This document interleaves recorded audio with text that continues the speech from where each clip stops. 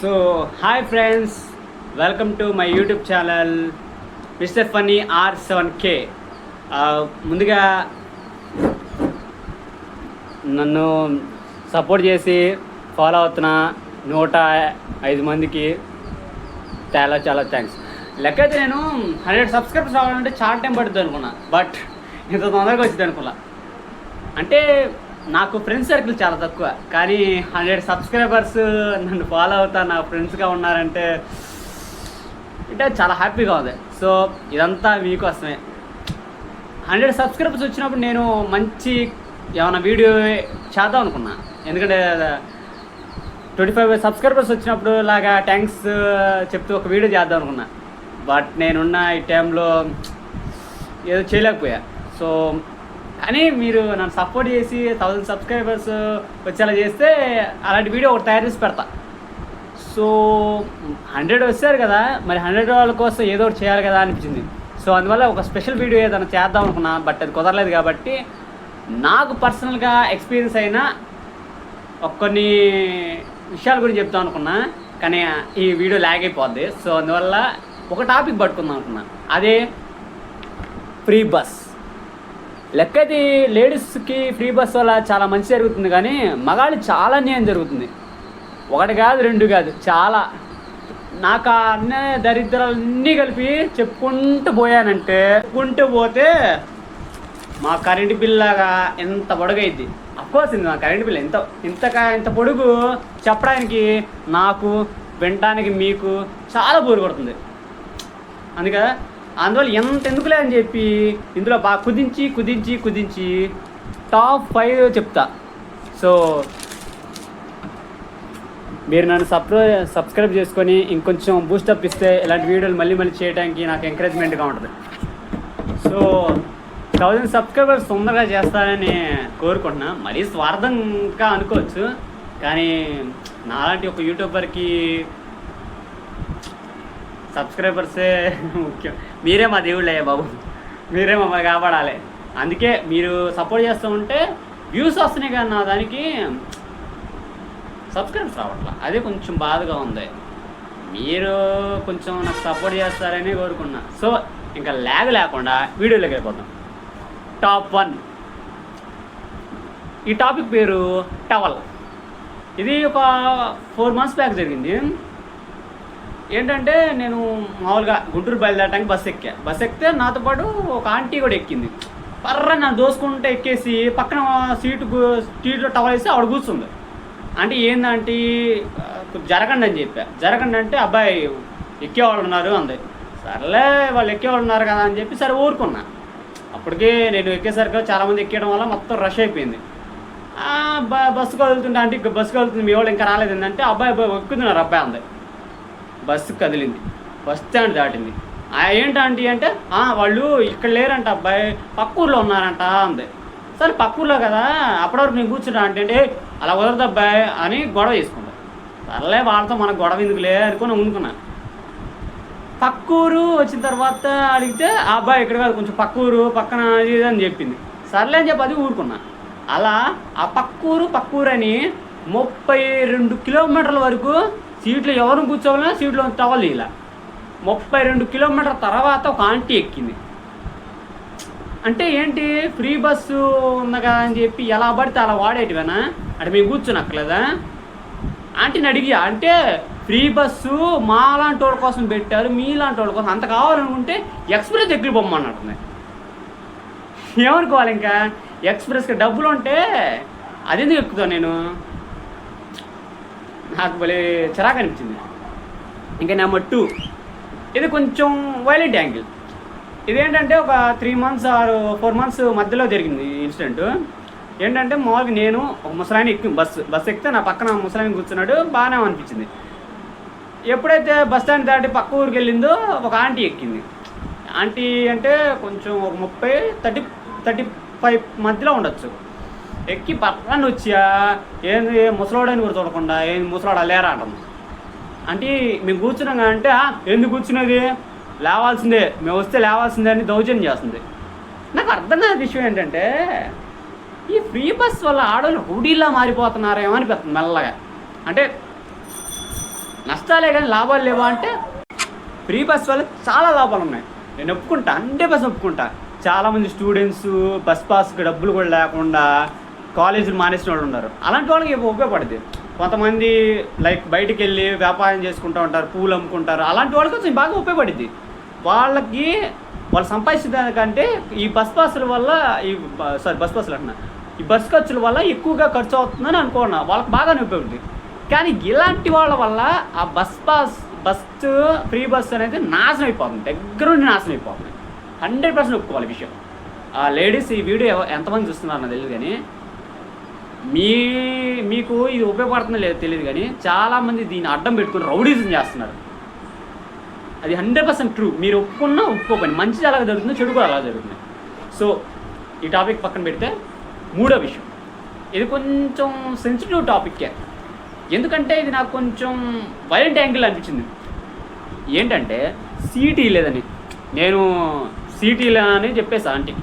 ఒక ఆమె ఎక్కింది, ఉండొచ్చు ఒక 60+ ఉండొచ్చు, ఎక్కింది. ముసలోలే కదా అని చెప్పి నేను సీట్ ఇద్దాంలే అనుకున్నా.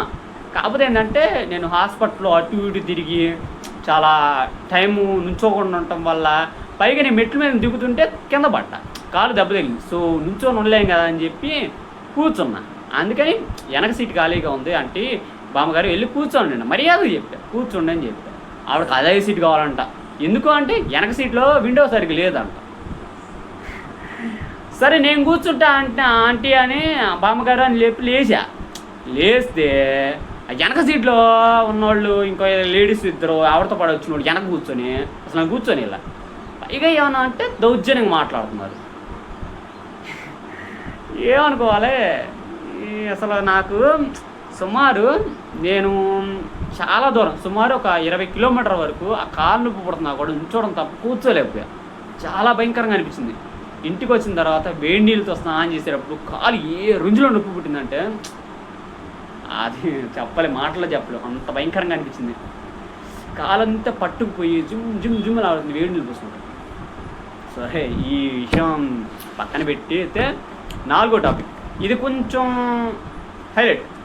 ఎందుకంటే నేను వచ్చేటప్పుడు ఈసారి సీటు నా సీటు విషయం కాదు, అసలు ఇది సీటు విషయమే కాదు.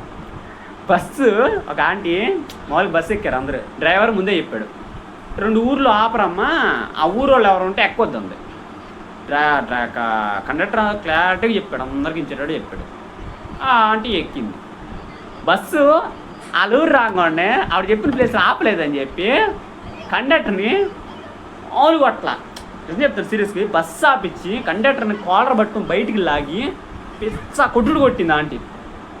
నేను అసలు ఏంద్రా మాకు ఇంత వైలెంట్గా అయిపోతున్నారు, మీరు రౌడీజం చేస్తున్నారు. అసలు ఏంటి రౌడీజం చేస్తున్నారా మీరు? రౌడీలే ఆడవాళ్ళు సున్నితమైన వాళ్ళు అంటారు, కానీ వాళ్ళు చూస్తే సున్నితంగా అనిపిస్తలే. వాళ్ళ కోసం మంచి చేస్తే అసలు భయంకరంగా. అసలు పాప కండక్టర్ని కొడుతుంటే 4 దిగి ఇంకా డ్రైవర్ కూడా దిగాడు. ఈ వీడియో ఒకవేళ అంకుల్ చూస్తున్నట్టయితే కండక్టర్ అంకుల్ సారీ అండి, ఆ రోజు మిమ్మల్ని మేము కాపాడదామని ట్రై చేసాం, కానీ ఆవిడ కొడతంటే మేమేం చేయలేకపోయాం. మేము తిరిగి ఒక దెబ్బ వేసాం అనుకో వస్తారు గృహహింస వాళ్ళు వీళ్ళు అని వస్తారుగా. మిమ్మల్ని కొట్టారని అక్కడ బస్సులో ఉన్న వాళ్ళందరూ తెలుసండి. బట్ ఏం చేస్తాం, మేము మిమ్మల్ని కాపాడలేకపోయాం. ఎందుకంటే అది సంగతి, ఇంకేం చేయాలి అనిపించింది. కానీ మిమ్మల్ని కొట్టినప్పుడు మాత్రం మేము ఆపాం, అది మాత్రం మీరు ఒప్పుకోవాల్సిన విషయం. సో ఇది 4వది. కానీ ఈ 4గిట్లో నన్ను కొట్టారు, నన్ను బస్సులోంచి దించేశారు. చాలా ఇన్సిడెంట్లు ఉన్నాయి, బస్సులోంచి దించేశారు. ఒక 4 సార్లు బస్సులోంచి కూడా దించేశారు. కానీ ఈ 5వది మాత్రం నాకు చాలా బాధగా, చాలా కోపం తెప్పించిన విషయం. చాలా కోపం తెప్పించింది బాగా. ఏంటంటే ఒకసారి నేను నా షిఫ్ట్ అయిపోయింది, మధ్యాహ్నం డ్యూటీకి సార్ని పర్మిషన్ అడిగి ఇంటికి వస్తున్నా. బస్సు ఎక్కితే బస్ స్టాప్ అయ్యి కొంచెం దూరం వచ్చిన తర్వాత ఒక వేరే వాళ్ళు ఒక 2-3 ఎక్కారు, లేడీసే. ఎక్కితే నా దగ్గరకు వచ్చి అబ్బాయి సీటీ అబ్బాయి అన్నారు. నేను అన్న పక్కన ఖాళీలు ఉన్నాయి, నిజంగా పక్కన సీట్లో ఒక 2-3 సీట్లు ఖాళీలు ఉన్నాయి. నేనేంటంటే కండక్టర్గా 2 సీట్లు వెనక కూర్చున్నా, నా వెనక 3 సీట్లు ఖాళీ ఉన్నాయి. అయితే సర్లే అని చెప్పి ఆ ఇంటికి వెనక ఖాళీగా ఉంది కదా కూర్చోండి అని చెప్పి సర్లే అని చెప్పి తిట్టుకోన ఎట్టొకటి గొనుక్కుందా పోయి కూర్చుంది, బాగానే ఉంది. అలా కొంత దూరం వచ్చిన తర్వాత ఒక ఆమె ఎక్కింది, ఒక ప్రెగ్నెంట్ లేడీ, సుమారు ఒక 8 months ఉంటాయి. ఎందుకంటే మా హాస్పిటల్లో చాలామంది ప్రెగ్నెంట్ లేడీస్ చూస్తూ ఉంటాం కాబట్టి నాకు అనిపిస్తుంది 8 months ప్రెగ్నెన్సీ అనుకుంటాడు. ఆవిడ ఎక్కి నుంచుంది, అప్పటికే సీట్లన్నీ ఖాళీ లేవు, అన్నీ ఫుల్ అయిపోయినాయి. ఇంకా ఆవిడ ఎక్కేసరికల్లా పాప ఏం నుంచుండేది లేవా, ఒకవేళ బ్రేక్ వేస్తే మళ్ళీ పడితే ఎందుకులే అని చెప్పి నేను నుంచున్నా నా సీట్ ఇచ్చా. ఈ ఆంటీ కూర్చుందిగా, అస్సలు అప్పుడు లేచి యారా నా బట్ట అని చెబుతానండి, తిట్టి నేను సీట్ అడిగితే ఇవ్వలేదు కానీ అది ఎవరితో దానికి ఇస్తావా అని చెప్పి తిట్టింది. అంటే మీ పక్కన సీట్లు ఖాళీగా ఉన్నాయి కదా, కూర్చోండి, నా సీట్ నేను ఎవరికి ఇస్తే మీకేంటి అన్న. అంటే ఏంట్రా ఫ్రీ బస్ మీకోసమే పెట్టారా, ఫ్రీ బస్ వచ్చి మా కోసం, మేము ఎప్పుడు చెప్తే ఎక్కడ చెప్తే అక్కడ ఆపాలి, ఏవాడు సీట్ అడిగితే ఆవిడ ఇవ్వాలి అని తెగ మాట్లాడుతుంది. సరే నన్ను అందరినీ నేను పట్టించుకోవాలి, కానీ సీరియస్ అయిపోయి ఆ ప్రెగ్నెంట్ లేడీ ఉంది చూడండి, ఒక పాతికి కొంచెం ఎక్కువ ఉండొచ్చు, ఆవిడ చేయి పట్టుకుని పైకి లాగుతుంది, ఇంకా సీట్లు నుంచి బయటకు లాగుతుంది. ఏంది అసలు నాకేం అర్థం కాల. ఓరే నాయన, నేను అసలు రెట్లరే అనుకున్నా, ఏంద్రే ఇల్లు అని చెప్పి. ఆంటీ ఏం చేస్తున్నారు, ఆవిడ కడుపుతో ఉందా అని చెప్తే, కడుపుతో ఉంటే ఏంది, మేము సీట్ అడిగితే ఇవ్వాలి, ఎందుకు ఇవ్వరు అని చెప్పి లాగుతుంది. నాకు రెట్లని ఎంత కోపం వచ్చింది అంటే కొడదాం అనిపించింది. ఎందుకంటే ఒకవేళ అమ్మాయి కింద పడితే, ఒక ఆడదై ఉండి అది కూడా కడుపుతో ఉన్న అమ్మాయిని అట్లా ఆడమింది. నాకు మామూలు కోపం రాలి, అంటే చెయ్యి వదలలే, లేకపోతే కొడతా అని చెప్పా. అసలు కడుపుతో ఉన్న అమ్మాయికి నేను సీట్ ఇచ్చా, నా సీట్ ఇచ్చా, మీ సీట్ ఏమి వేయలేదుగా, ఎందుకు అట్లా అడుగుతున్నా, లాగుతున్నా, పడితే ఏం సంగతి అని చెప్పి గొడవ చేశా.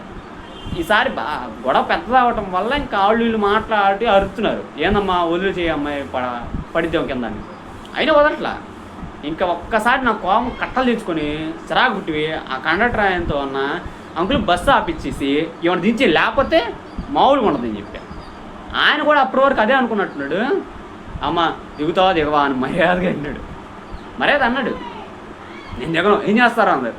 అంతే, కండక్టర్ విసిరేసాడు, డ్రైవర్ బస్సు ఆపాడు, ఆవిడ దించేసాం. ఆవిడ దించిన తర్వాత ఆవిడేమన్నా తెలుసా, మీ బస్సు అసలు ఎక్కడ నీళ్ళు యాక్సిడెంట్ అయిపోద్ది, నాకు సీట్ ఇవ్వకుండా నాశనం చేసి ఇవ్వలేదుగా, వాడు నాశనం అయిపోతాడు, ఆ కడుపుతో ఉన్న అమ్మాయి వదిలే ఆ మాట వద్దు. అసలు ఒక ఆడది అన్నకూడదు మాట అన్నీ ఉంది, శాపనార్థాలు పెట్టింది. నా సీటు నేను ఇద్దాం అనుకుంటే ఎవరికైనా ఇస్తా, అది నా ఇష్టం. అది ఎవరు మాట్లాడటానికి, అసలు వాళ్ళు మాట్లాడటానికి. అది నాకు జరిగిన చాలా దరిద్రాల్లో టాప్ ఇవే. ఎంతకంటే దరిద్రాలు ఉన్నాయా అంటే ఉన్నాయి, కానీ అవన్నీ ఇప్పుడు చెప్పలేను. కానీ మీకు ఏమన్నా ఇలాంటి ఇన్సిడెంట్స్ ఫ్రీ బస్సుల వల్ల జరిగితే, మంచి అయినా చెడే కాదు మంచి జరిగినా కూడా నాకు కామెంట్స్ చేసి చెప్పండి. ఎందుకంటే ఆవిడ ఇంతమంది తగిలేసరికి నాకు ఈ ఫ్రీ బస్సుల వల్ల మంచి ఎంత జరుగుతుందో అని తెలుసుకోలేకపోతున్నాను, నిజంగా తెలుసుకోలేకపోతున్నాను. మీకు ఏమన్నా ఇందులో మంచి విషయం ఏమైనా జరిగితే, లేడీస్ ఆర్ జెంట్స్ ఎవరైనా సరే, నాకు ఇలా ఫ్రీ బస్ వరకు మంచి జరిగింది అని నాకు ఏదైనా చెప్పాలనిపిస్తే కామెంట్ చేసి చెప్పండి. అండ్ సబ్స్క్రైబ్ చేసిన వాళ్ళకి చాలా చాలా థ్యాంక్స్, ఎందుకంటే మీరే మా సపోర్ట్ చేస్తున్నట్టు. సబ్స్క్రైబర్స్ ఇంకా పెరగాలని నేను మనస్ఫూర్తిగా కోరుకుంటున్నాను, ఎందుకంటే మీరు నా యూట్యూబర్స్కి అందరికీ ఇదేగా కావాల్సింది, ఫ్యామిలీని ఇంక్రీజ్ చేసుకోవాలని, ఎక్కువ సబ్స్క్రైబర్స్ రావాలని కోరుకుంటారు. నేను అలాగే కోరుకునే ఒక స్వార్థపరుడు అనుకోండి. సో వీడియో అంతవరకు చూసినందుకు చాలా చాలా థ్యాంక్స్. ఇలాంటి లాంగ్ వీడియోలకు అసలు వ్యూసే రావు, షార్ట్ వీడియోస్కి వస్తాయి కానీ లాంగ్ వీడియోస్కి అస్సలు రావు. దీనికి ఎన్ని వస్తాయో చూస్తా, చూద్దాం. ఇన్ని వీడియోస్ చేశాను కదా, దీనికి ఎంతమంది సపోర్ట్ చేస్తారు, లేకపోతే ఎంతమంది చూస్తారో వీడియో చూద్దాం అనిపిస్తుంది నాకు. చూద్దాం. సో మళ్ళీ చెప్తున్నా, నన్ను అనుసరిస్తూ నాకు సబ్స్క్రైబ్ చేసిన అందరికీ చాలా చాలా థ్యాంక్స్. మీ పేరు నాకు తెలియకపోవచ్చు కానీ మీరే నన్ను బూస్టప్ చేస్తున్న వాళ్ళు, అలాగే లైక్ చేస్తున్న వాళ్ళందరికీ కూడా చాలా చాలా థ్యాంక్స్. ఒక యూట్యూబర్గా నేను ఈ యూట్యూబ్ ఛానల్ ఎందుకు స్టార్ట్ చేశానంటే 10 మంది నవ్వేయటానికి. నాకున్న స్కిల్ అదే. సో నేను పెద్ద పెద్ద డైలాగ్స్ చెప్పలేకపోవచ్చు, కానీ నా మొహం ఎక్స్ప్రెషన్తో మీకు మహమ్మద్ చిరునవ్వు మాత్రం చెప్పడానికి ప్రతిసారి ప్రయత్నిస్తా. సో చాలా చాలా థ్యాంక్స్ అండ్ బాయ్ బాయ్.